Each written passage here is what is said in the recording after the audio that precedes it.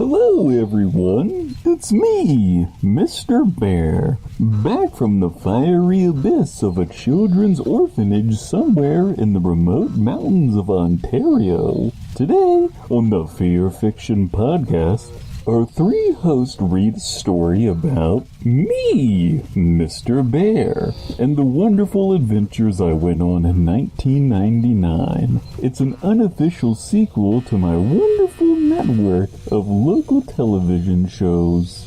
But I do have to warn you, the hosts get really off track at the beginning of the episode, so get ready for one of the weirdest cold opens in Fearfic history.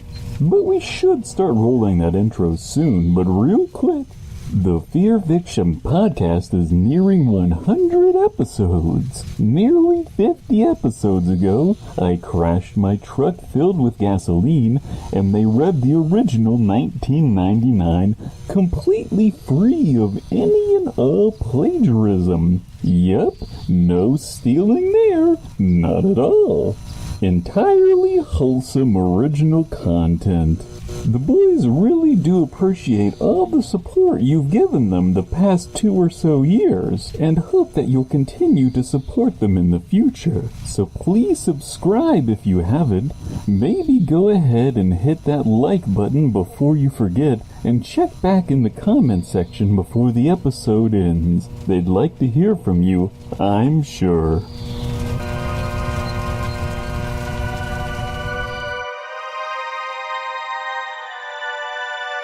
Welcome to the Fearfic Podcast. Fearfic is the term for short horror fiction, mostly posted on the web. It includes any and all related subgenres.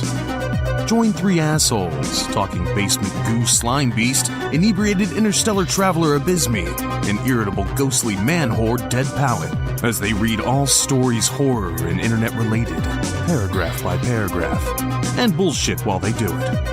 From adolescent revenge fantasies to subtle postmodern narratives about real-life events and everything in between, they read it and critique.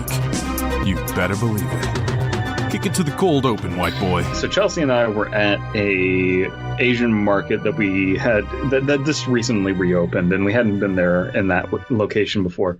And so we were just going there, not really shopping for anything in specific. We just wanted to see what the place looked like, how they had laid everything out, because it's always fun. It's just like a novel thing. Wow. And plus, when you're novel and coronavirus code in the year 19. And so we were, normally quarantined, very bored. And so just going out to see what's out there is very exciting. And so we put our mask on because we're socially responsible, and maintain 6 feet of distance between us and all of the other people, and see what the store has on offer. And then it's like, look at this cool little thing that we've never seen before. Oh, look at this drink. Oh, cool. And so we start picking stuff up. But I do not have a basket because we were just going in there to quickly see what was going on, and it turned into a big shopping spree. And so I keep picking up stuff, and she keeps picking up stuff, and we're like, oh, this is a big store. Are we going to go back to the front of the store to get a basket? Mm-hmm. And there's this issue of but the cash registers are there, and then there's the baskets. So it almost kind of looks like we're just getting ready to run out the store with a bunch of items. So you went out the back door, yeah. So the baskets are right there at the front door. So we're oh. And then in the midst of all of this, we're just oh, look, there's these little, I guess, bathtubs for bathing your dog that are $10. We're fuck it. I'm just buying a bathtub for my dog. That way we have a basket. And so we came out of it with a bathtub for my dog. Wow, that was the verbal equivalent of a Facebook post. Go up, thanks. I thought that was a fun cold open. So everybody out there, type in the comments below hashtag dog bath. I guess. Hashtag $10 dog bath. $10 dog baskets. Abysmii, what would you do? Abysmii, what would you do if you went into a Turkish bathhouse and they were all just dogs sitting up on their haunches with towels? I would assume that it is the same dogs from that Dogs Playing Poker painting, and this is just like the unknown second painting that has been lost to like art thieves or something. Right. You walk in, they kind of all give you the side eye, and they're like, Yeah. you kind of feel like you're not allowed, in there, like maybe it's dogs only, but then you. Well, I don't see no sign. How do you impress them? How do you make them know that you're like one of them, like one of the boys? I pop them on the nose and assert my dominance over the alpha. With what? My fist. Oh, okay. That's not what I was thinking, but okay. So, Do you normally bop dogs on the nose with stuff other than your fist when you're just in a towel? when I'm in a Turkish bathhouse and all the dogs are sitting there on their haunches with towels, yeah, sure, I'm in that situation very often. Yeah. Are the dogs doing anything else? Are they like drinking Turkish coffee? Are they lifting weights? Are they just sitting down? One of them has a cigar, but it's like in the side of his mouth, and he's like chewing on it, like like that. Okay, what dog has a cigar though? Like what kind of dog is it? It's a bulldog, of course. Yeah, definitely. It's a bulldog with it. I come up to him and say like, "Hey, can I get a gnaw off that?" And then I just like ask him to like chew it a little bit, and then he hands it to me, and then I chew it a little bit, and then I'm like, "Yeah, it's a pretty good year." Do cigars okay. have good years? Okay, the minute you get the cigar, you put it in your mouth. Okay, this dog, like a Weimaraner in like a business suit, comes bursting into the Turkish bathroom, and he goes, "What have you got in your mouth?" you take off running with the cigar in your mouth. He chases after you. Well, I'm faster than the Weimaraner because it's just a dumb little dog, so he can't get it away from me. Okay. And then I get into a dog fight with him, and I punch him in his kidneys, and he just falls to the ground. And then I'm like, this is a free smoking zone. I don't want any of your totalitarian Weimaraner business suit bullshit. Get that out of here. This is my sauna now. All right, next time you go in there, you go to check in at the front, and you see behind the register there's a photo of you, and it says "bad boy." Do not admit. Then I pull down my pants and urinate on the front desk and say, "This is my territory." Damn. Abysmii, he has an answer for everything. What do we do? He wins. We should take him to an Asian market where he's going to be completely clueless and not know how to operate, not know how to shop. None of this is in English. I don't understand. Oh my god, that's so embarrassing. You don't know how to do the fish auctions. That's crazy. This is why the person at the front desk was asking us if we wanted a basketu. Of course. Who knew it meant basket? No way to know. There's a giant, just like, sign that says basket. It's not even just says it just has a basket on it. And it says something in English. It says, please to enjoy happy basket or something. Is that what we're going with here? Have you ever seen that sign that's like at a Japanese park that's in English and it says, please don't piss and shit everywhere? To be honest, I mean, that's a good sign to have around. You'd be... I thought this was America. Yeah. Oh, America. This is Japan, sir. What? Didn't we conquer you in World War II? God damn it. I could have swore this was like one of our territories, kind of like the Dominican Republic or Alaska. American Japan, American Samoa, yeah. So, DP, in our scenario, you survived Mr. Dog, the Weimaraner. Oh, that is... Nice. Okay, you're going to make fun of my cold open. I got to make fun of that. That is the worst fucking segue in the history of Segways are allowed to be bad. The worst segue was the one that the owner of the Segway Corporation drove off a cliff. That was the worst segue in history, you have to admit. But, well, okay. You live by the Segway, you die by the Segway. Mm-hmm. Epstein didn't kill himself. The owner of the Segway, that was suicide. He just wanted to end it. Epstein didn't kill himself. His Segway didn't stop, and when he was tied up to the fucking bed. I tell you, don't get entangled with big Segway. What did I tell you? Yep. Jeffrey Epstein would often host Segway parties. What the fuck? Trump just comes out after a scandal.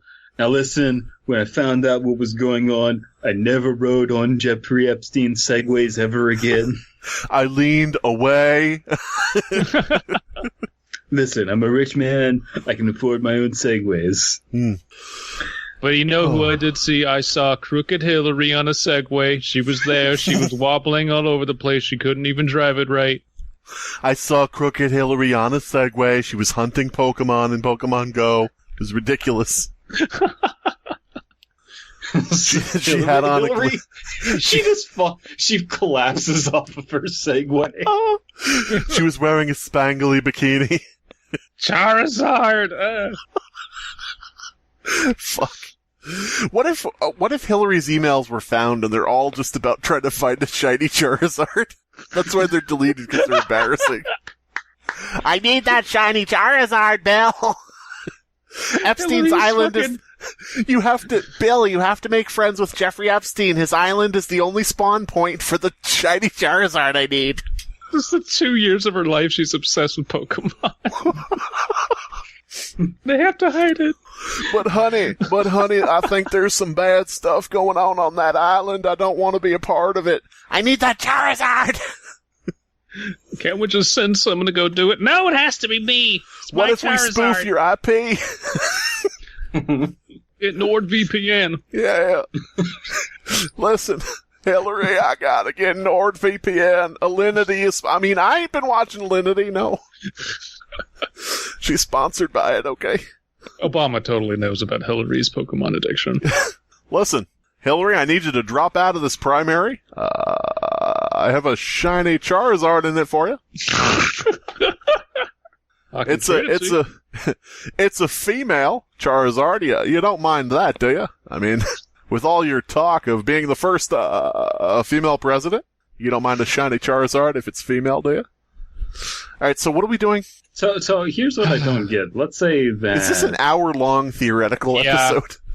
Yeah, let's just keep going with it. Fuck it. Fuck. What happens if what's the name of Jimmy Carter? What if Jimmy Carter just says, "Hey, I've been living a lie. I don't know how to tell you this. I've been a woman all along. I'm actually Jeannette Carter." Does that make Jeannette Carter the first female president? Yes. Well, it depends on who you ask.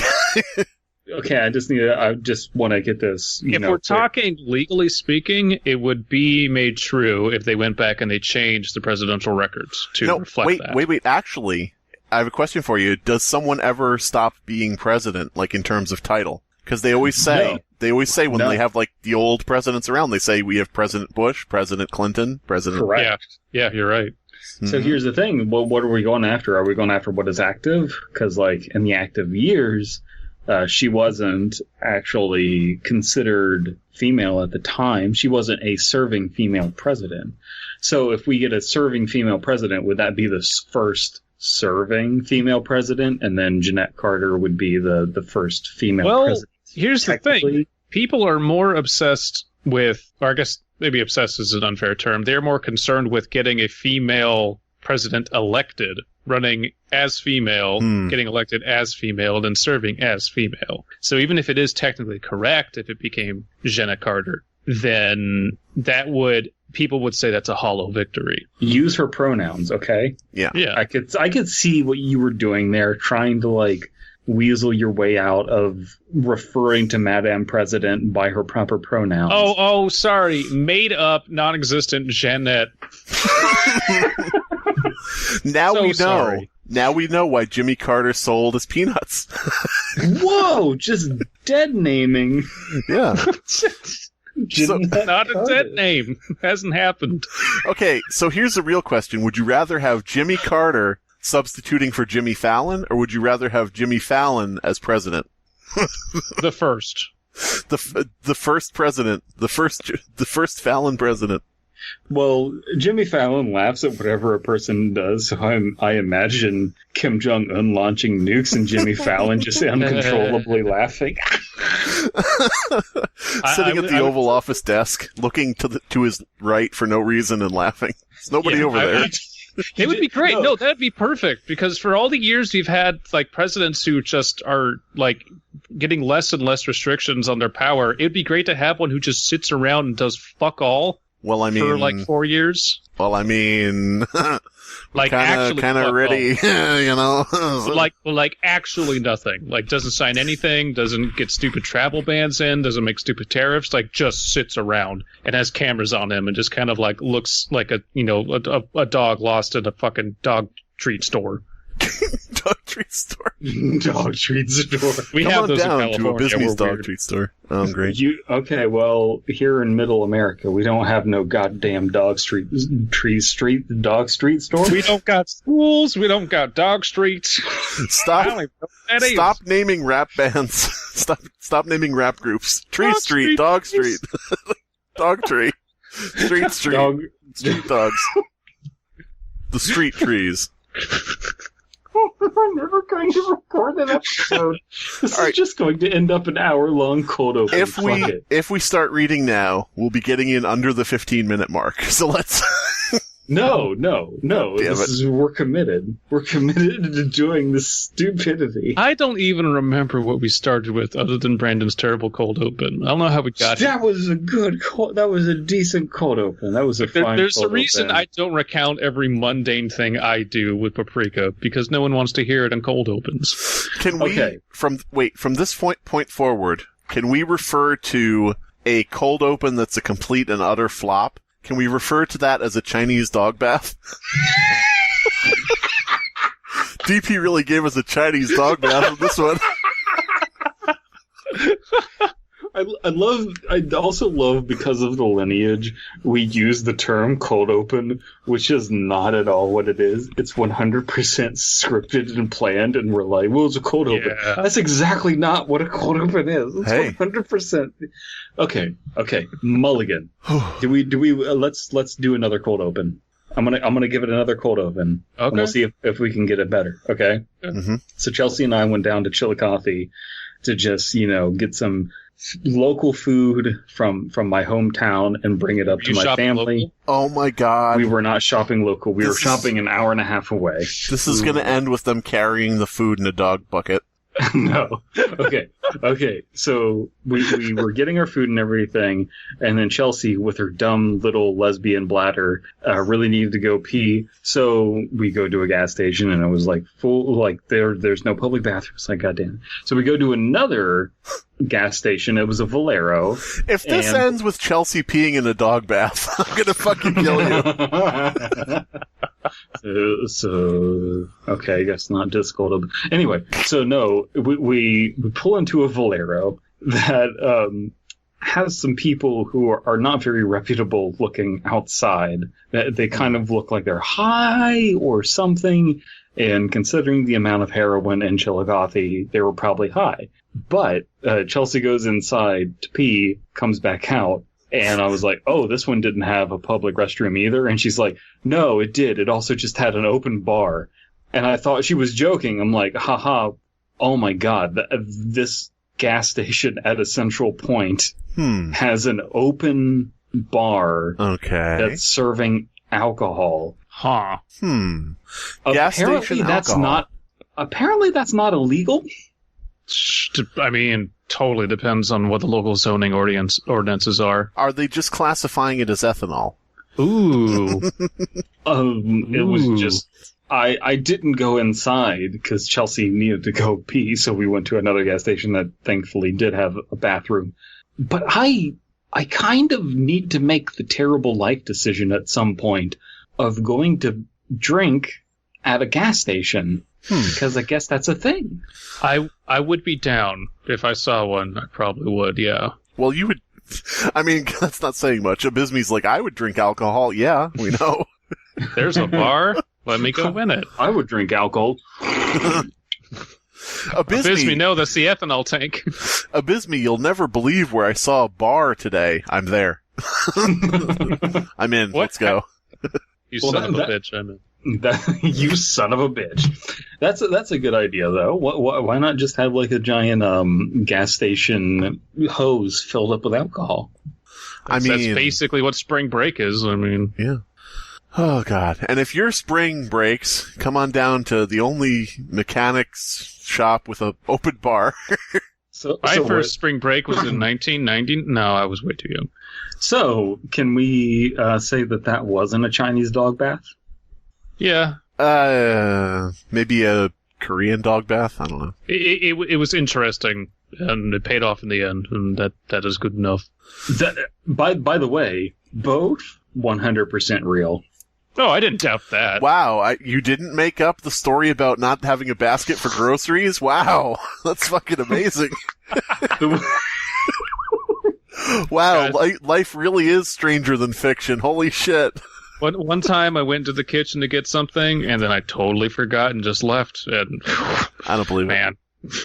Is that a no story post? I better see Chinese dog bath on No Story soon. I better. No one's going to get it, but I don't care. Okay, I'm going to No Story now and posting Chinese dog bath, and everyone's going to be like, what the fuck? But no, two people are going to upvote it, and no one else is going to be like, huh? That sounds kind of racist. So our story for today... Oh God, are we reading the story with a 20-minute cold open, or are we just what is this? What? Yeah, no. I think the end result is we're continuing. Continuing what? The episode. Correct. Okay, so continuing the episode of Nothing But Cold Open. No, we're good. We got a suggestion from Amusing Moose on Twitter, and it is called. Actually, I want to read what they sent. It says, you might want to check the story out, maybe save it for blah, blah, blah, blah, blah. The amount of OC insertion. Let me read this, blah, blah, blah, blah. Let me read this verbatim, getting exactly the right I never said verbatim. I never said verbatim. The amount of OC insertion is on Jane the Killer, the real story levels. And that alone is intriguing. But the title is I Survived Mr. Bear. Well, Amusing Moose, thank you for the spoiler. Now we know Jane the Killer shows up in this. Jesus Christ. Thanks a lot. My name is Jane. I survived Mr. Bear. Amusing Moose suggests that we read this for the 100th episode. Lol, no. Yeah, no. But we are going to read it. Yeah. The 100th episode is going to be a phone book. Or Twilight, whichever we feel like is more entertaining on the minute. Whatever is less of a Chinese dog bath for us. Yeah. All right. So this was written by Malcolm McDowell. Malcolm McDonald 4 years ago. So it's on No Sleep, and it's 4 years old in archive, so it's probably good. It's on No Sleep and 4 years old, just like No Sleep's readers. Sick burn. Is this story real? I could hear the smugness of that laugh. I was born in 1998. Nope. Nope. I said 88. Okay, good. I was just slurring my speech. Okay. Sure. I'm not dyslexic, I'm just drunk. It's fine. So I would have been 10 or 11 in the events that happened in 1999. Like I believe most of the people who saw the channel, I grew up in Ontario, Petovans of Canada. The Petovans family. The Petovans of Canada. Quite near to Caledon, in fact. I have always been into video games. They're oh my god, this is the worst. I have always been in video games. I'm trapped in Undertale. Anyway. Help. I guess this was my parents ended up letting me have a TV in my room. Okay, can I just address the fact that DP just sang that Megalovania type song like somebody dressed as Sans for a birthday party? Some drunk guy that they got just slapped in a Sans costume for a kid who really loved Undertale. Yeah. Yeah. Kenny Omega. Anyway, if I wanted to play my PlayStation, just to confirm, it was the original gray one. I don't think PS2 was out back then. My favorite game was Tekken 2. What a shit game. All Tekken games are bad. I was allowed to play, but if I had a friend up, I wasn't allowed to show it to them. This will be relevant later in the story. Oh, I bet it will. I wouldn't need to pester them to watch the TV in the kitchen so that I could play or complain when they had something plugged into the wall socket. What? That is weird. So you made sure if you had a friend over, they were watching TV in a different room, so you could play on the TV that you were not allowed to tell them about. No. What's the point of having the friend over? I don't... What? I thought he wasn't allowed to show other kids the game Tekken 2. That's what I originally thought, but I think it just means the TV in his room. My dad worked for Tekken Corporation, and he said, this is an early release game, don't show it to anyone. I had Tekken 2 before anyone. That would have been fun. Tekken? Fun? I don't know. Have you seen the person who makes Tekken, Harada-san? He has a Twitter account, and someone said, "Can you delete Lucky Chloe?" which is a character that's like widely hated for their visuals and everything. And then he posted a picture of him in front of a Third Strike cabinet with a katana over his shoulder, and he just says, "I'll delete you." Oh, all right. So Harada-san is really badass. So I don't know what anything in that paragraph meant. Abysmii, why don't you take the next one and see if we can make any sense out of it? Sure. They got a new TV. They, meaning your parents? No, his friend. All of his friends got a new TV. And then they never came over again because they didn't need to. They actually hated me. They just liked me for my video game. They all chipped in to get a singular television they could all watch without him. One with a VHS slot below the screen, a TV video combo. Big thing back in 1999. It was set up in the kitchen, and I was given the one that used to be there, as well as having my PlayStation moved from the living room into my bed. Okay, this is chronologically out of order, but whatever. The TV I was given, as you may have guessed, was one of those old rabbit ears ones. If it wasn't, then it wouldn't have picked up Caledon Local 21, and I wouldn't be posting the story. Man, I wish that was the case. No, I wish I hadn't. These two first paragraphs are entirely unnecessary. Correct me if I'm wrong. Matrix, released in 1999? Yep. Correct. A year that supposedly having a TV VCR combo was a big thing? I don't think so. No. I don't think so. Well, maybe in Canada. Maybe in Canada. Maybe in backward bumfuck Canada, yeah. Maybe in the Brampton area. Brampton. We got a VC-Hampton in our Tampton. Are we doing this? Yeah. Remember Brampton? A VCR in your TV? No one's ever really Brampton. I remember the first time I saw this channel. One Friday night. I'm assuming it was a Friday because my sister was allowed a sleepover. We weren't allowed sleepovers on school nights. What the this is the weirdest family.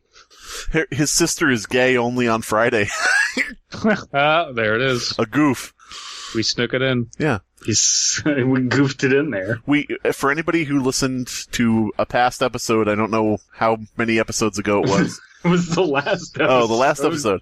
We came up with the word goof for guys who are gay, I guess.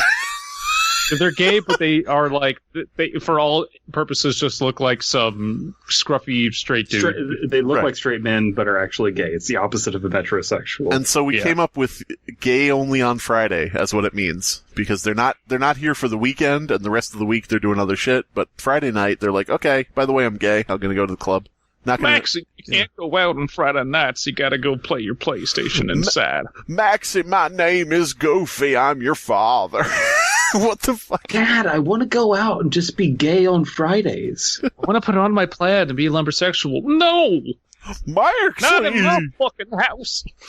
Max, do I have to start calling you Maxine? No, I'm just gay. What? It's Friday. I'm going to leave here, Dad. I'm going to leave here and go to Brampton. Do you think that Goofy... Go to Brampton. Do you think Goofy is one of those parents who, like, is really trying hard to understand his son's lifestyle choices but doesn't get it? Yes. Like, he goes up to Donald and he says, Donald, this is my son Maxie.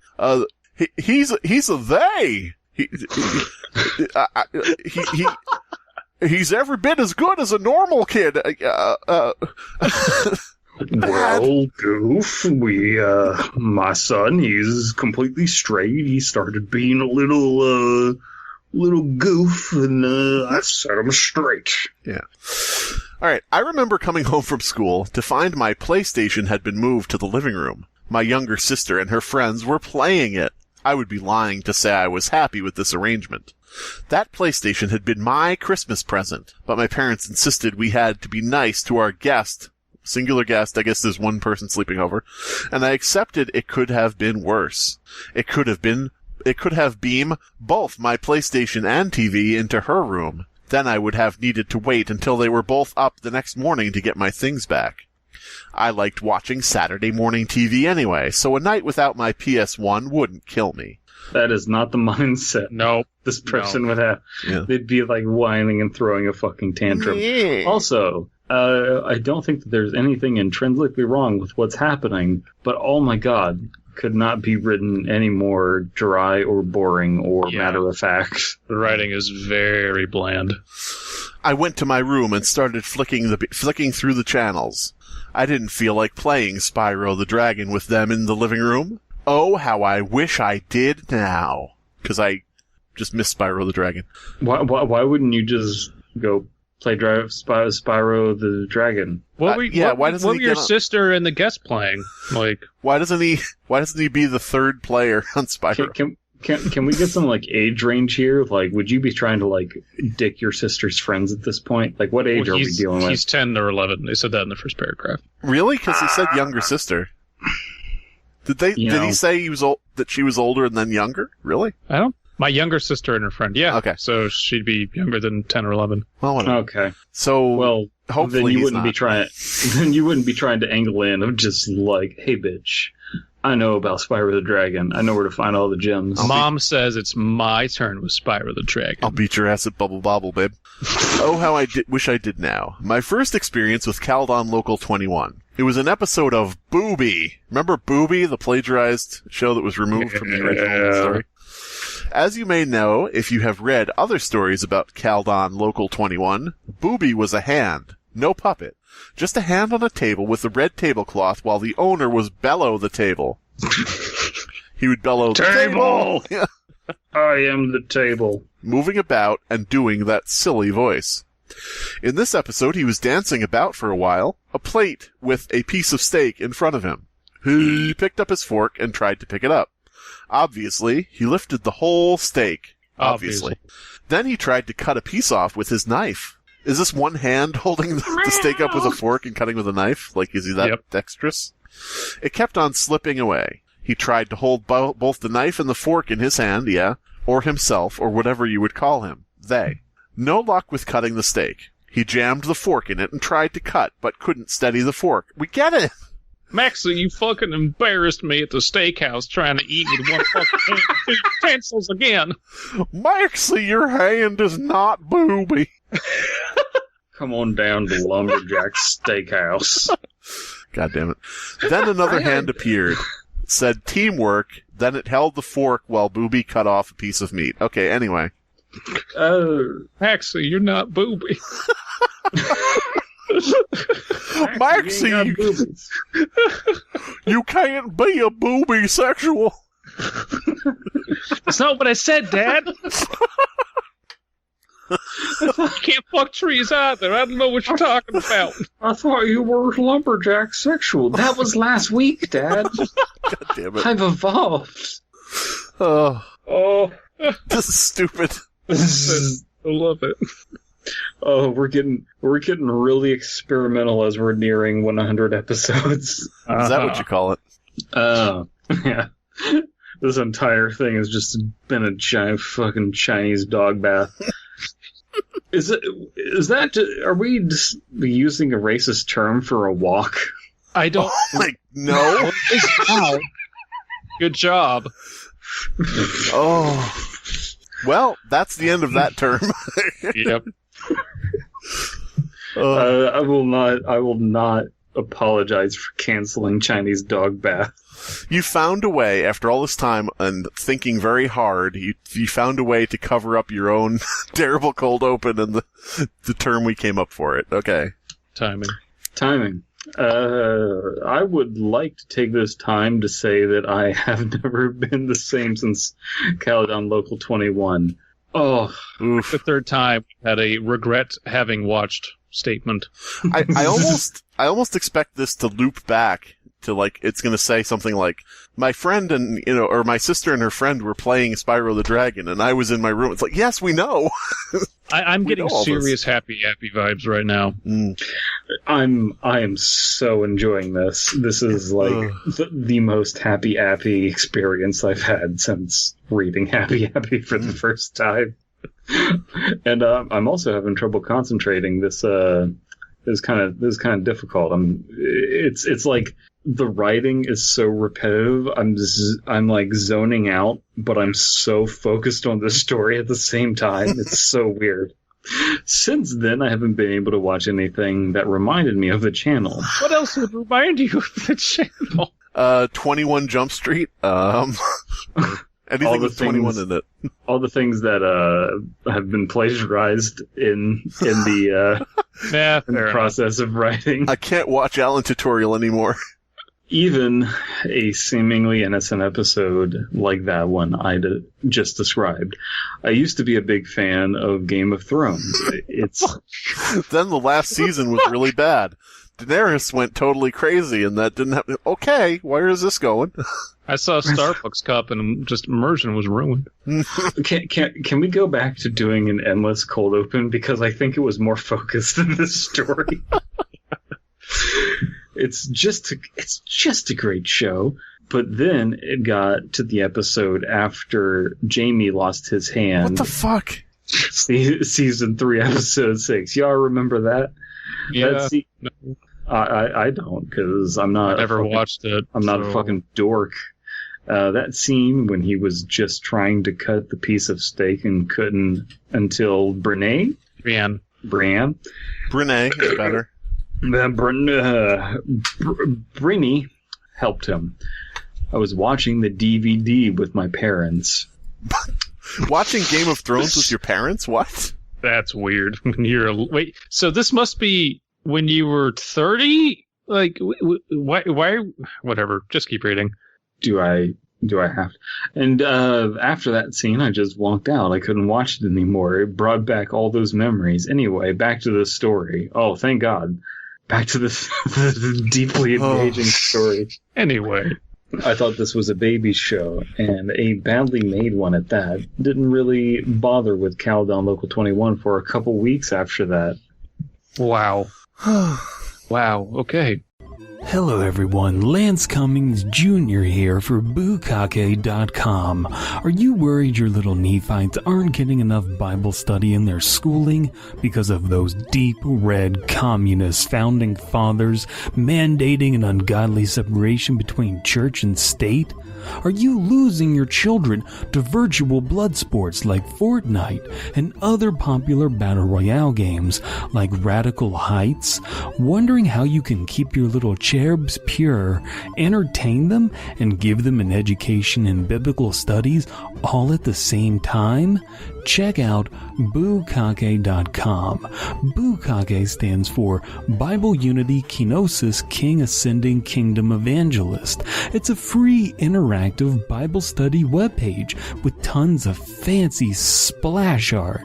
Your younglings will connect with others and circle up around a central topic. The purity of God's light will rain down on that subject and barrage them in a blinding glory. But don't blink. You won't want to miss all the great illustrated moments from the Bible. Bukake.com covers all the essentials, one after another, after another, after another.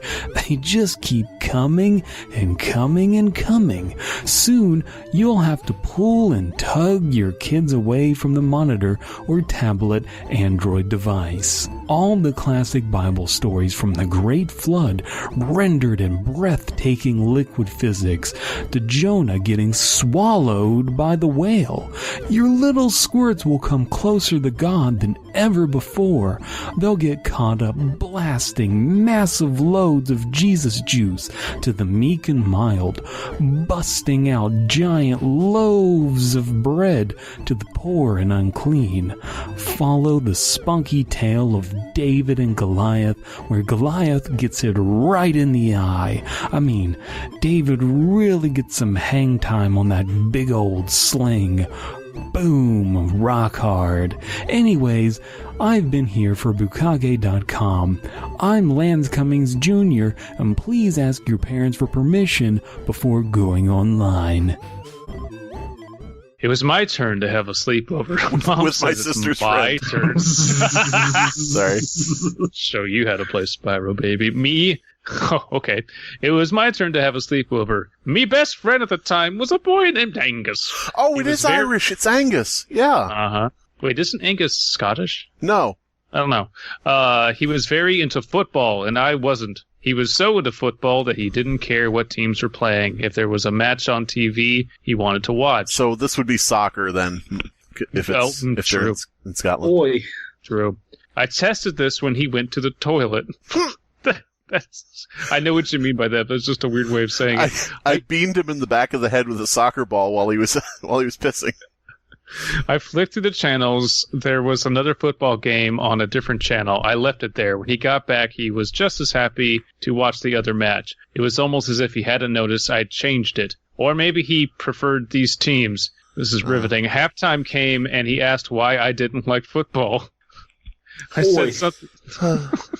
Jesus Christ.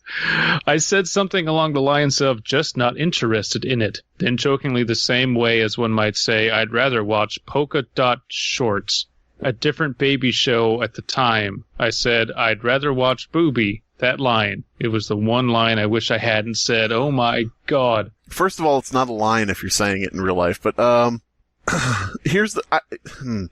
having a friend who's really into football and changing the channel when they're out of the room and having them not notice is kind of, that could be an interesting touch in a story to, define someone's character. But here, it's like, maybe he didn't notice. Maybe he did and he just liked the team better. Maybe, okay, well, now you just killed it. It was, by itself, it could have been something where you're like, oh, that's kind of funny. He's a little kid who likes the sport, but he has no idea what the teams are. He just likes to see them running around. But... yeah, that's pretty much what Overwatch League is now. Yeah. All right, so what's a booby? No, what's booby? He asked. I think he expected something different. It's tits, bruh. Tits, bruh. A baby show. He seemed to want to see it. Why does he want to? I guess maybe he still thinks it's like breastfeeding or something because it's a baby show about boobies. I have an idea what he was hoping for. I noticed the time, 5 p.m. It might be on now. I changed the channel to Caledon Local 21. 5 p.m. when the baby shows are on. Yeah. I like the idea of a predator bicep meme, and one is just adult heterosexual men, and the other one is babies, and it's just the middle is tits. Yeah. Boobs. Yes.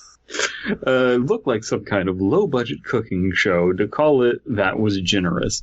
It was just finishing whatever it was. A man standing at a stove. I almost read that a stone with a pan of boiling water. He put a spoon in. Not a pot. Why would you have a pan of whatever?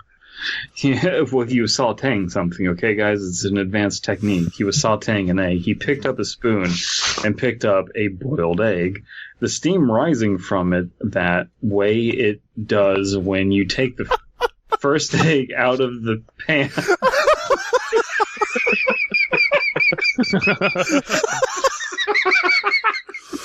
He picked up an egg out of the pan, steam rising the way it does when you remove an egg from a pan. He kissed her hard, the way a woman kisses a man hard, or Maxie, what the fuck are you cooking in there? I'm sauteing eggs, Dad, in water. Shut up. Max is in a flannel shirt. He has little ping pong ball eyes glued to his hand. He's sauteing an egg. I don't know what's wrong with him, Donald.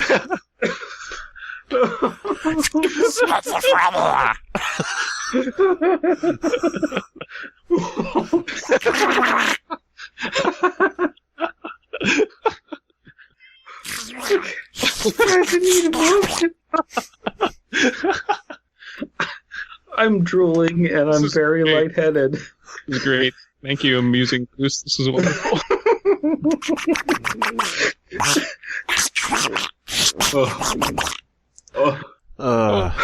Oh my God. Whew. I literally am I was laughing so hard I was close to passing out, and I was drooling. Fuck. Fuck me. I think your son's mentally retarded. Oh, man. We gotta get him somewhere out of town, Mick. Mickey, that's not the language you're supposed to use. But I totally agree with you. I've had it with your progressivism, Goofy. Just because your son is fucked up. Get your liberal cuck ass out of my town. Your son's a butt fucker. That's a callback. Don't blame me. That's a callback.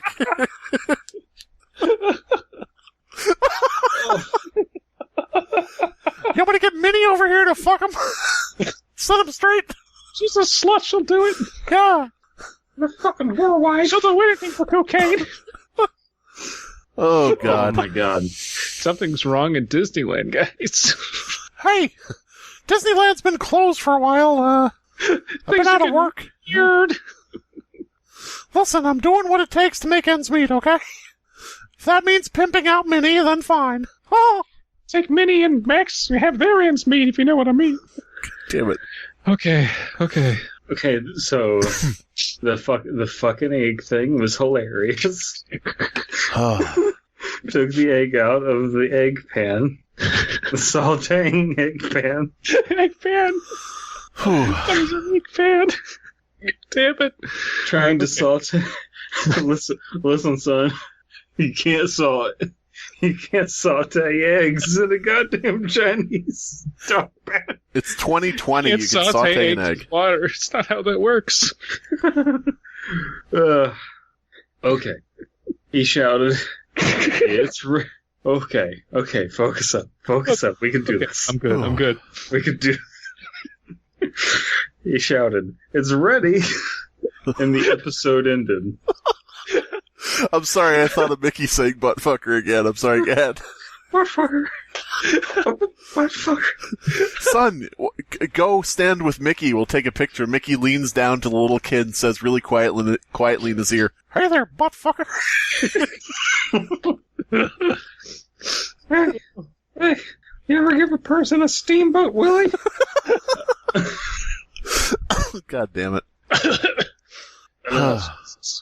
Anyway. Your mom looks like she's really good at taking eggs out of pans. Fuck. This part with eggs is where we fucking die. At the same time, this kind of does get 1999 in describing weird fucking visuals. Mm-hmm. In a way. $20 to see Minnie's Mousetrap. Oh. It does. Oh, man. I can't believe you're trying to critique the story of Abysmii. All right. Guys, come on. We can't be derailed by an egg in a pan. Come on, let's go here. You say that, but... After all these episodes, it's really going to end. That's like some Game of Thrones final season bullshit. It all ends on an egg in a pan, sure. Look, it's not up to us. It is up to the writing, all right? No. You can't control this shit. Taking life one story at a time. Seriously. Life is just like putting eggs in a pan. You got to lift them out one by one and watch the steam come. That's what they say. Yep. Then Booby came on. Some coincidence, it was the football episode. Uh-huh. The infamous football episode of Booby. It was the infamous Fuda episode of Booby. Out of context, and then Booby came on. It's just the best sentence. Steam rose from the booby, as it does. Steamboat nipples. Well, you would. Steamboat Booby. Oh boy, I'm struggling, fellas. I'm sorry. What? Go ahead. You're making my dyslexia worse. That's all right. If you want, Brandon, you get a 100% dyslexia pass for this whole fucking story. Okay, go for it. Which is funny because I've been reading it pretty well. I think. Yeah, no. Abysmii, just give him your library card and tell him it's a dyslexia pass. He won't know. Oh. The episode was going fine after the fucking 20-minute cold open, but then they hit a speed bump. A speed bump the size of an egg. Okay. Well, if you call it that, it was a small ball, or maybe a marble. Don't know how you can't tell the difference.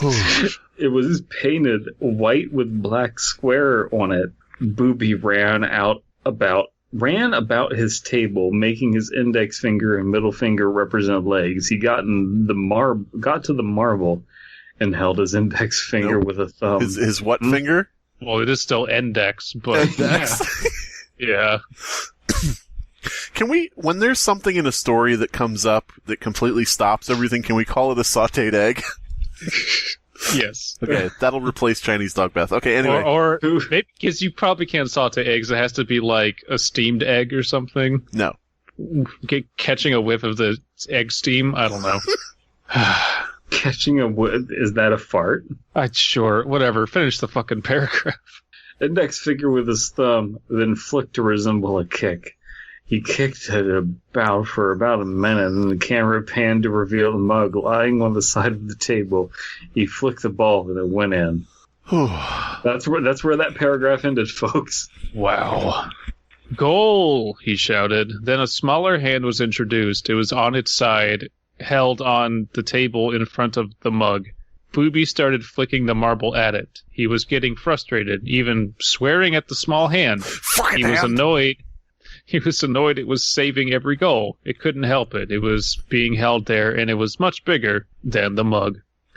Booby then said, "Here's a way to deal with goalies that are too good." That's natural, children.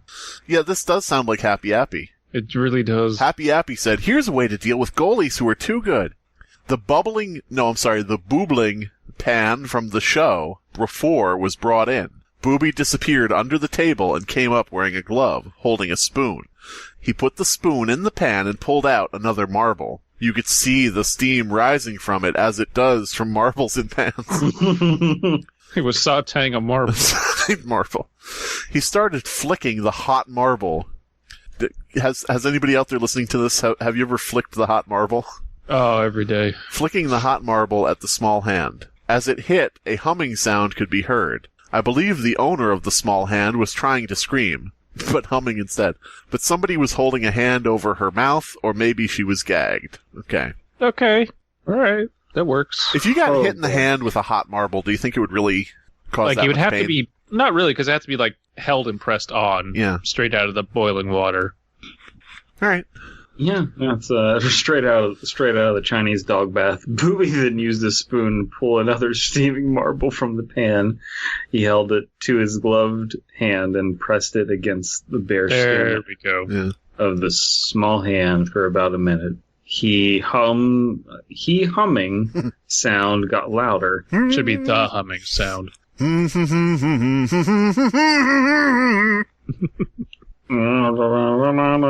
Chinese dog bath. The egg is steaming on.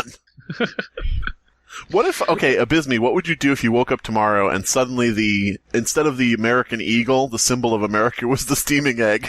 It was on everything. The presidential seal is a steaming egg. Our money has steaming eggs on it. I'd be okay with that. Huh. I've actually seen a bald eagle in the wild. They're not that exciting. Is it a bald eagle egg? Maybe. Good question. Is it a bald eagle's egg that is pasteurized, or is it unpasteurized? Yes. Probably unpasteurized. Probably unpasteurized eagle egg. Probably unpasteurized steaming eagle eggs. Probably unpasteurized steaming eagle eggs. German Shepherd, Hitler dogs, German Shepherd. No one's going to get that call back. Booby moved away from the small hand, held up a PS1 controller, started swinging it around by the cable and saying, "Let's see what Mr. Bear is doing."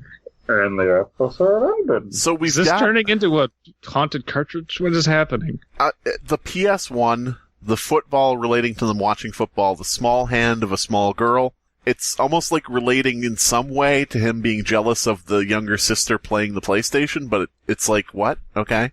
It doesn't really connect, Yeah. It's like word salad, it's taking symbolism of something, but it's all mixed together and not really representing anything, I guess, so far. I guess, yeah. Maybe it will later. Well, we still haven't had that payoff from earlier of why I'm not allowed to have people well, I'm guessing this is why, because like they saw something and they told their parents, but the way that was set up was, I thought like the tense was wrong. The timing was wrong because I thought that was presently, I can't have people in my room watching stuff with me, but it was meant to have said, ever since this happened, I'm not allowed to have people in my room watching TV with me. And I just took it as, I can never show anyone Tekken 2. No one must be allowed to play Tekken 2 with me. Then I saw Mr. Bear's cellar for the first time. 2 kids were playing a PlayStation. The music sounded familiar. Mr. Bear said, "Are you having fun, kids?" One nodded. The other didn't say or do anything. Well, if you're not having fun... Well, if you're not having any fun, Maxie... Mr. Bear took the controller away from him, picked him up, and put him in a cupboard and locked the door. Okay. He then brought another kid from a different room, a girl with short blonde hair. He had a smile when he came back from the room, a smile from killing kids. A death stare, one might even say. Yeah. Happy, everybody? Anybody out there now? Your turn, Erica. She looked in pain as she was playing, as if she wanted to stop. Listen, I don't want to play anymore. I just want to throw cats against walls. God damn it. The camera panned to show the screen. It was Mortal Kombat 4. Oh, it was the best Mortal Kombat. Pointing a cat. I can't tell if this is like a troll poster or not, but I don't know. I am dissociating from myself at the mention of Mortal Kombat 4. Pointing a camera, especially a poor quality one, like the one he was using, it was hard to make out, but it looked like Mortal Kombat 4. Okay. It was Mortal Kombat 4, but maybe it wasn't, but it looked like Mortal Kombat 4. I love this. Well, my story earlier kind of contained this. You know, maybe the people outside the Valero are drunk, and then, oh no, the people outside the Valero are definitely drunk. And they're all characters from Mortal Kombat 4. It was weird. Johnny Cage was out there. He was on heroin. He was getting drunk at a Valero. He was steaming sautéed eggs in a Chinese dog bath. Mm-hmm. Which The real is Cage is substance abuse, Johnny. Jesus Christ. Oh, God damn it. Johnny substance abuse. He's going to get a new move set called Alcoholics Anonymous in the next game. Mm-hmm. Nice. Mortal Kombat 12. I wanted to play that one. I had played it at a friend's house, but it wasn't allowed. It wasn't allowed it at home. Oh boy. Oh, okay. I digested that sentence. This game looked somewhat better than I remember. It was... My friend had the N64 version. Jesus This Christ. PS1 version looked better. Any gamers out there? I don't. I think that what they're alluding to is that it wasn't on the PlayStation 1. This really is 1999 fanfic mixed with like a haunted cartridge style thing. It is bizarre and entertaining and frustrating all at the same time. It is. Oh no! It's bizarre mundanity. It's like it's very mundane and banal, told in a very bizarre format in a very strange way. I was today years old when I found out that Mortal Kombat 4 had a PS1 version. Wow.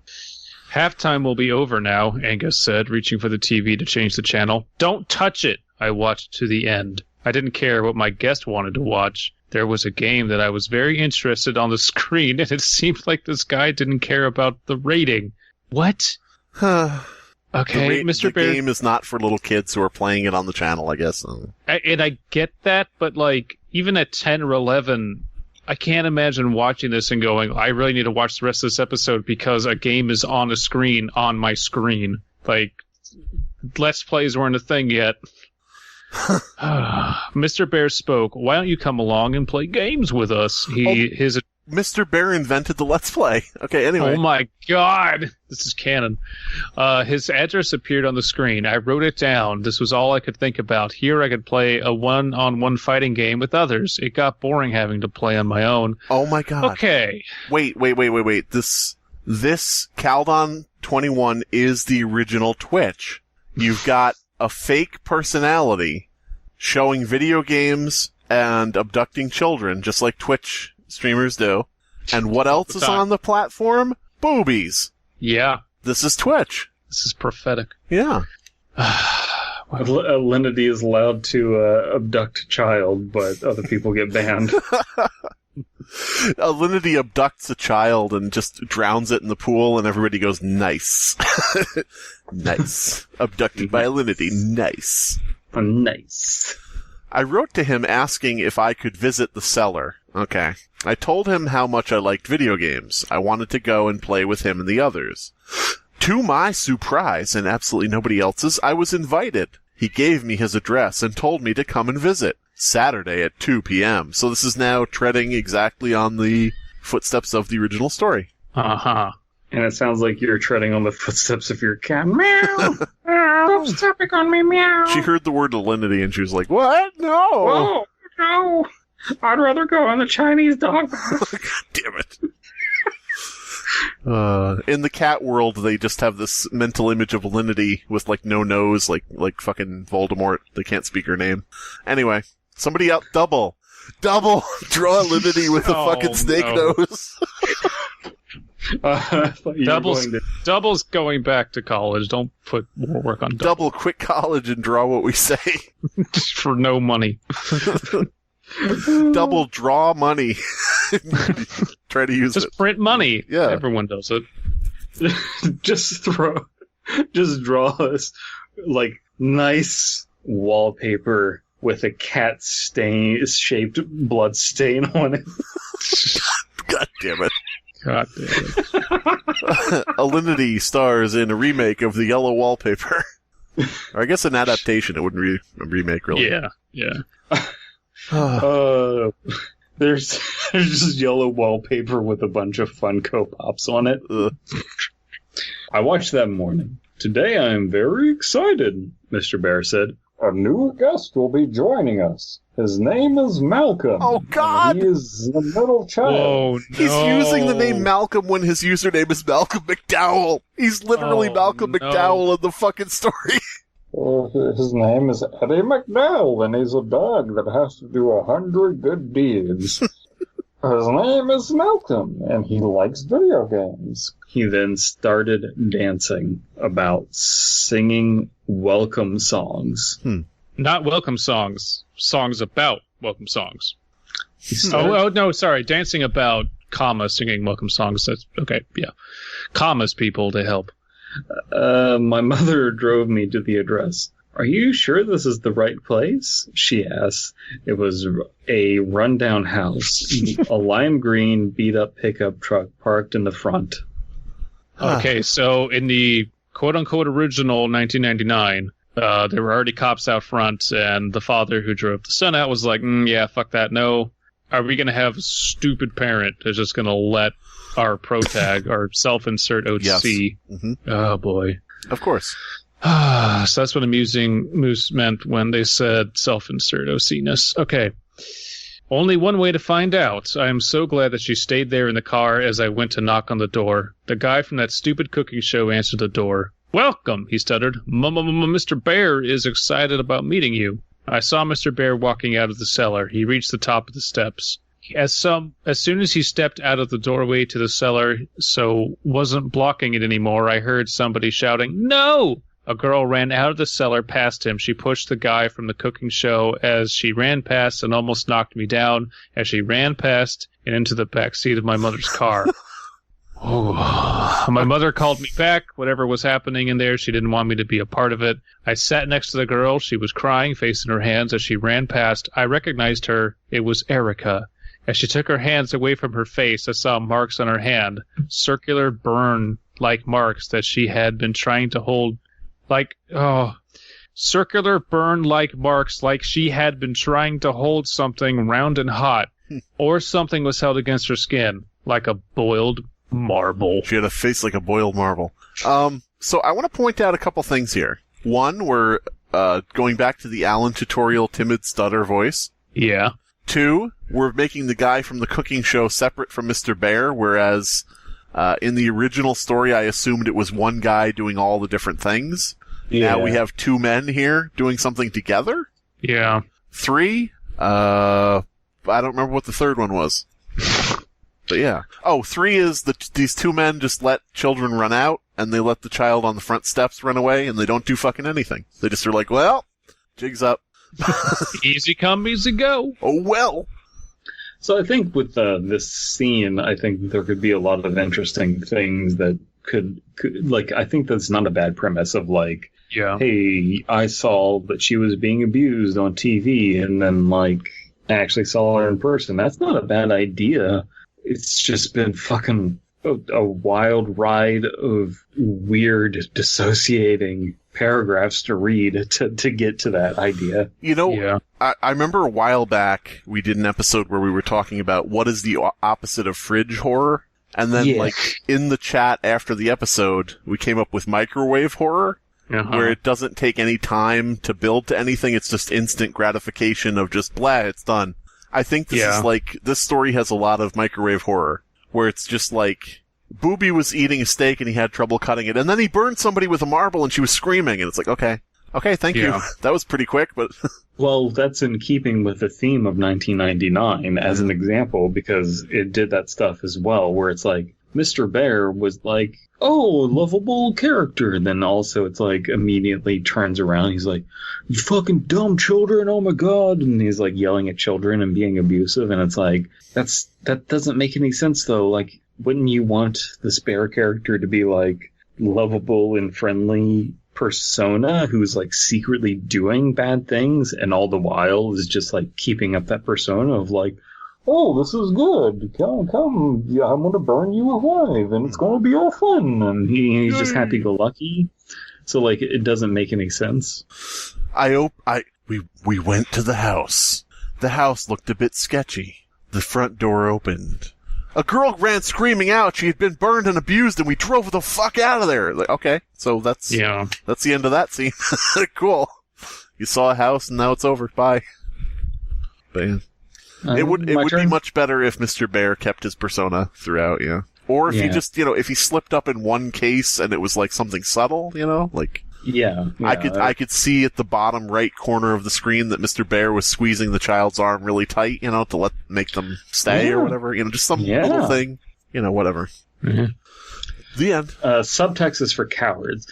On the reverse side, it read, Dear Etika. What? That says Erica. Wait, where is this? What? Oh, did you read? No, who did, she told us her address, begged my mother to drive her home, which she did. When we got to her house, a piece of paper was sticking through the letterbox with her name in big letters, meaning the people that they just ran away from got to the house before them and left already. Oh, crazy. Huh. On the reverse side, it read, Dear Erica, I hope you had fun in my cellar. I'm sure you will, but please keep everything that happened secret. If you do not wish to, please at least keep our secret until tomorrow, when Booby will explain why you should keep your friend's secrets. 5 p.m. tomorrow night. 100 fuzzy bear.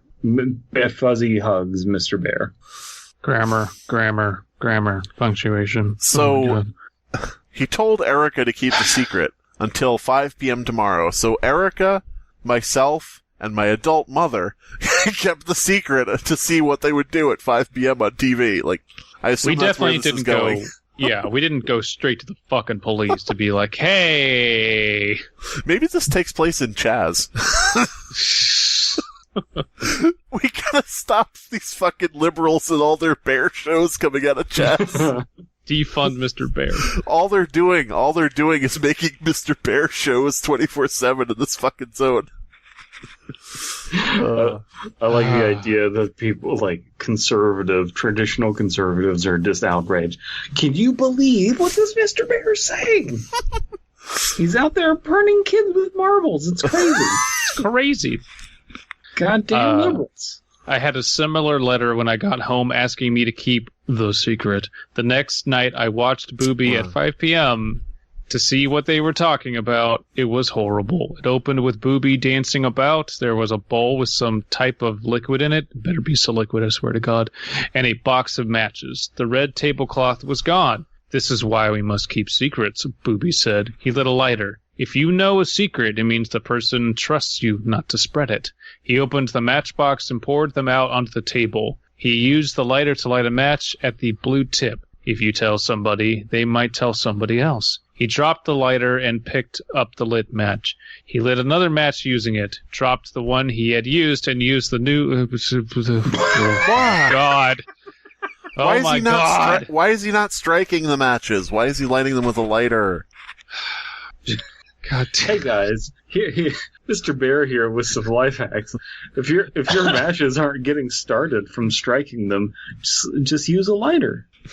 So it works just as well. What we're going to do here, everybody, all my bear hackers out there, what we're going to do is we're going to light this match with a lighter. Okay, see how that's getting lit up? Okay, cool. Now we're going to take this match and we're going to light another match with this match. Now we're going to take another match and we're going to light that match with the previous match. And see this match here? Now this match we're going to light with the match that we just lit from the match that we lit before. Like, Jesus I get fuck. what this is supposed to be, but again, the writing. Oh, okay. Blah, blah, blah. And he used the newly lit match, lit one to light another. He did this a few times. See how a secret can get out of control if you spread it? Should be a question mark. Another small hand appeared. It was being held. It was dipped into the liquid. As it was, I could see the adult hand that was holding it. It gets out of control. Booby threw a lit match at the other hand. It went up in flames. That liquid must have been flammable. Whatever. No shit. The smaller hand burned for a while, then the episode ended. Mr. Bear's cellar came on next. He talked about how sad he was that Malcolm couldn't visit, and how sad he was that Erica left. He said that we would be returning. Okay, so we know exactly where this is taking place, what house it is, and where, like, apparently nobody told the cops. Apparently the mother's not watching the show with the kid after all this. Just go and watch Game of Thrones, it's fine. Why is it Mickey Mouse? I don't know. Wow. Negative Mickey, what are you doing here on this episode? That's wrong. Do I own this? Mickey. Do I own Game of Thrones? Sorry. Good. Photo negative Mickey, what are you doing here? I just showed up. I want to show you my mouse snatch. God damn it. This dumb bitch. Get naked, toots. Yep. We moved house a few weeks later. Why? To London, England. Wow. Our family... What? Wow, that's quite a move. Yeah. Well, we don't know where they were to begin with. They could have been next to London. No, they're in Canada. They're in Ontario, Canada. Oh, that's right. You know what? I got so focused on that thing before where we made them Scottish that I actually thought that was fun.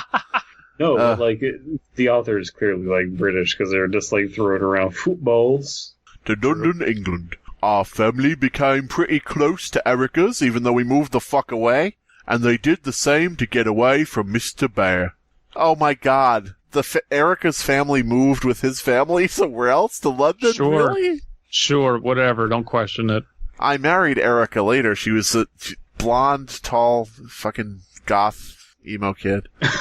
Just whatever waifus they write in these stories. 2 flats were for sale in the same block, so we decided to go for it. Their family lived next door to us for a few years, still very close. I never told Erica because I didn't want to scare her, but there is a small convenience store at the bottom level of the block of flats. I didn't want to... Fucking... Okay, I get it. I own a cat. Jesus Christ. Jesus Christ. Your cat is just popping off. I love it. She's having a gamer moment. I never told Erica because I didn't want to scare her, but there is a small convenience store at the bottom level of the block of flats. Horrifying. She's scared of them ever since the dog bath incident. Mainly just residents that use it. Then it's going out of business. For the open bar inside. Yeah. If it's just residents of the fucking building that use it, it's not going to be a sustainable business. Yeah. I saw a green, beat-up looking pickup truck in the car park of that convenience store about a week after we moved. Did they put a fucking pickup on a goddamn ship and ship it over? No, he drove the entire way. He drove from Canada to England. It was full of seaweed and seawater. I checked the number plate. It seems to have come from Canada. I saw it a few times, then never again. Did we get trolled? Maybe. I don't know. If this is fucking a troll, then bravo. Although 4 years ago, I don't know. I don't know how Mr. Bear knows where we went. The entire experience changed me. I mentioned earlier that I stopped watching Game of Thrones because of that scene with the steak. Every time I see a steak now, I throw up and have a panic attack. Every time I see marbles, I shit myself. My hands swell up. Every time I see Bubble Bobble, I just shit myself. There was more than just that.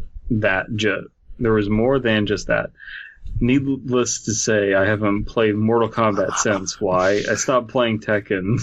I stopped playing Tekken because, the meta was just evolving. The people who've been playing it for years are so much better. It's really not a good time to pick up Tekken, even though everyone says it is. I stopped playing Tekken. That damn bear, Kuma, I think it was. Why are you acting like you don't know the name of the bear? You know the name of the bear. Shut up. Yeah. Caledon Local 21 gave me a phobia of bears. I don't play BlazBlue because I don't like Witchy or Taucoca. God damn it. These are words I'm familiar with. These are words I'm familiar with, but I'm just waiting for Abysmii to start reading. Don't read ahead. I'm just waiting for it. Okay, I haven't. They're bear characters. That Taucoca shout before a fight with Lychee. Okay. I'm also into anime. Yeah. No shit. Oh boy. One time my friends met up. We were going to watch a new show, Danganronpa. He couldn't have known when he showed me it. Mono Bear reminded me that psycho. I couldn't watch it. After I saw a bit of Caledon Local 21, I'd honestly urge others not to try to find anything from it.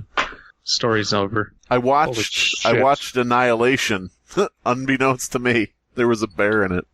I watched Winnie the Pooh. I'd never seen it before. Did you know he's a bear? Carl the Litter has a great comment. Dude, call the police. Can I point out where we found this? Where this was posted that was shown to us? It is on No Sleep. It's on No Sleep. This is a No Sleep story, guys. A sequel, a spin-off, an unauthorized extension of 1999. Well, it's 4 years old. So yeah, well, so are most of No Sleep's readers, but damn it. Maxie, what the fuck are you doing taking my green pickup truck? I'm gonna drive it to England, Dad. You don't understand me here in Canada. Fucking stupid. It's the scene where it's like, okay, tell me, Max, tell me where we're going. And it's just like, am I going straight or are we going left? And they just drive off into the river. They're going underwater across the ocean, and Goofy is just fuming silently. You thought you could drive to fucking England? Well, what do we even fucking... I have nothing. I am as flabbergasted as the steam coming off of a sautéed egg. I'm kind of emotionally drained. Yeah, this took part of me. You ever go... Something takes a part out of me! You ever Something lost and never seen. You ever go bar hopping? Obviously not in recent times, but if you ever go bar hopping and you get really fucked up, and so does your designated driver, and so it's just like, okay, we need somebody to call an Uber, and then you're all too drunk to call an Uber. That's what this episode felt like.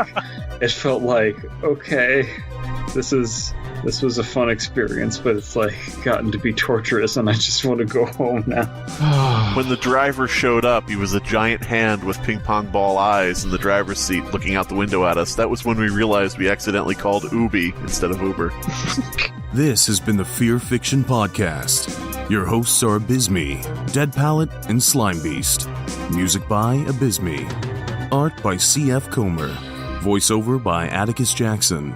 Edited by Elias the Intern. Subscribe to Fearfic on YouTube to stay up to date on new episodes. Hello, kids. It's me, Mr. Bear, and I'm going to teach you all an important lesson about the world. See, right now, the world is on fire, and a lot of people want to control you. The government the media, and even your own parents. They don't want what's best for you. So we should look back at history and figure out what others have done to deal with big bullies like the authoritarian government of Canada. Back in 1963, a Vietnamese Buddhist monk named Thúc Van Nhuc was being bullied by some bad people that didn't like that he found inner peace. They didn't want him to practice his religion freely, but being the ruler of his own domain, being the ruler of his own mind and his own body, he both protested the bullying and practiced his religion by setting himself on fire. He was able to ascend to the next life, but I've been unable to so far, despite being lit ablaze many times. This means I haven't convinced enough of you young people to come along with me. So write me a letter to this webpage and we can go fire camping, just like my hero did in a busy Saigon road over 50 years ago. Unfortunately, I don't have a plug because there's not enough space, man. You know, there's not enough space in my schedule, man, for a plug, unfortunately. Unfortunate Spacemen is a game on Steam. It's free. It's like Dead by Daylight or any of those. It's bad. It's bad. It's pretty unoptimized, yeah. It's free. It's bad. Why are you turning into chairheaven.com guy? Go to unfortunatespacemen.com. God, Vanilla Spaceman, Periwinkle Spaceman. Mocha was in there. Pizza Paste Man, yeah. Pizza Paste? Yeah, Pizza Paste. This is a plug for Pizza Paste, which is what I'm going to throw up in a minute because I ate too much pizza tonight. But Unfortunate Spacemen, I enjoy it. It's very unoptimized. It's got obvious issues, and it's one of those games where they're like, here's our independent game that, you know, pretty much works. Now buy a $5 hat. Yeah. So yeah, fair enough. You don't. It's at good. least I the like microtransactions. Well, not even microtransactions. It's just a lot of cosmetic shit that luckily has like. There's no pay to win. Thankfully. Well, it's just stuff to look nice. It sort of is pay to win because it's like, who's going to shoot somebody with a cool space helmet? Nobody. You know what I mean? Well, here's the thing. That's the new meta, dude. Yeah. You gotta pay attention. From what I've seen, the game has it's a lot like the SCP Foundation game, but a lot more streamlined because, like, to play the SCP Foundation game, you need to know, like, really deep lore immediately because it's just like, well, you're a nine-tailed fox, and so obviously you're going to be weak. It's like, oh my god, right. I don't know what this is. Fuck you, yeah. Don't you know about, like, what SCP-78923-B does? Yeah, you're dead now because of it, stupid. For as clunky as the game is, it has a very, very well put together tutorial. Yeah. I was actually very impressed with it, and it has a lot of great humor. Play the game. It's unlike Dead by Daylight. It's not like it's not limited to 5 people, but it has to be 5 people. It can be like 6 to 16. Go try it out. It's fun. If we could get the optimization of Dead by Daylight in the gameplay of Unfortunate Spacemen, it would be way better because, my god. Yeah. Dead by Daylight is the same thing over and over again. It's the only game where you can get bored watching a Let's Play. You're just like, oh my god, this game is so unfun, and I'm not even playing it. The thing with Unfortunate Spacemen, and I'll just say this quickly before ending the plug decisively, you don't have to just, like you said, with the same thing. It's not like Dead by Daylight where you are just trying to click within a circle, you know, like the QuickTime event over and over and over. You can collect specimens. You can send the specimens off into space. You can turn on generators that are around the map. You can turn the power back on when the alien turns it off. You can try to clear the runway for the spacecraft that's coming to help you. You can hunt the monster. You could do, just fucking whatever you want. Can we really go back to the thing about collecting specimens, though? Yeah, you could collect the aliens' hot specimens. If you like collecting specimens, listen, we can't stress this enough. You really need to go to bukage.com. Mm-hmm. It's the greatest place to connect to the Fearfic audience. I don't know. If you've ever considered your face a petri dish. Bukkake.com. Girl, you looking like a petri dish right now. If you've ever eaten at Cinnabon and said, I want to turn this up to 11. If you ever... Well, never mind. No, continue. Continue. It might be a little too... Okay. If you've ever eaten at Golden Corral... It doesn't relate at all, but it references something, so whatever. I don't know. If you've ever eaten at Golden Corral, I'm sorry, but you are thoroughly unfuckable. If you've ever eaten at Golden Corral, you probably have eaten an entire bukkake and didn't know it. Well, if you've ever eaten at Golden Corral and then gone back because you enjoyed the experience, then you're dead to me. I like the idea we're talking about deep lore. I think the alien in Unfortunate Spaceman just ate at Golden Corral before he went into space. Yeah, I can see that. Then he's transformed. Yeah.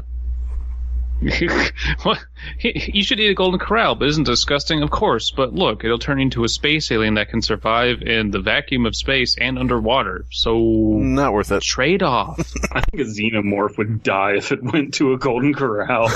Probably. A xenomorph would just look at it and be like, nope. Golden Corral is the one substance that a xenomorph's acidic spit can't melt. But wouldn't the xenomorph be more not interested in the food, but be interested in the people? Oh yeah, you're right. He'd be grossed out. Just be like, I can't. What am I? Are you expecting me to lay eggs in there? Just walks in, immediately like sniffs the air, and just like turns around and leaves. Just goes. He goes in, sniffs the air. His mouth opens. The little mouth comes out, and the little mouth goes.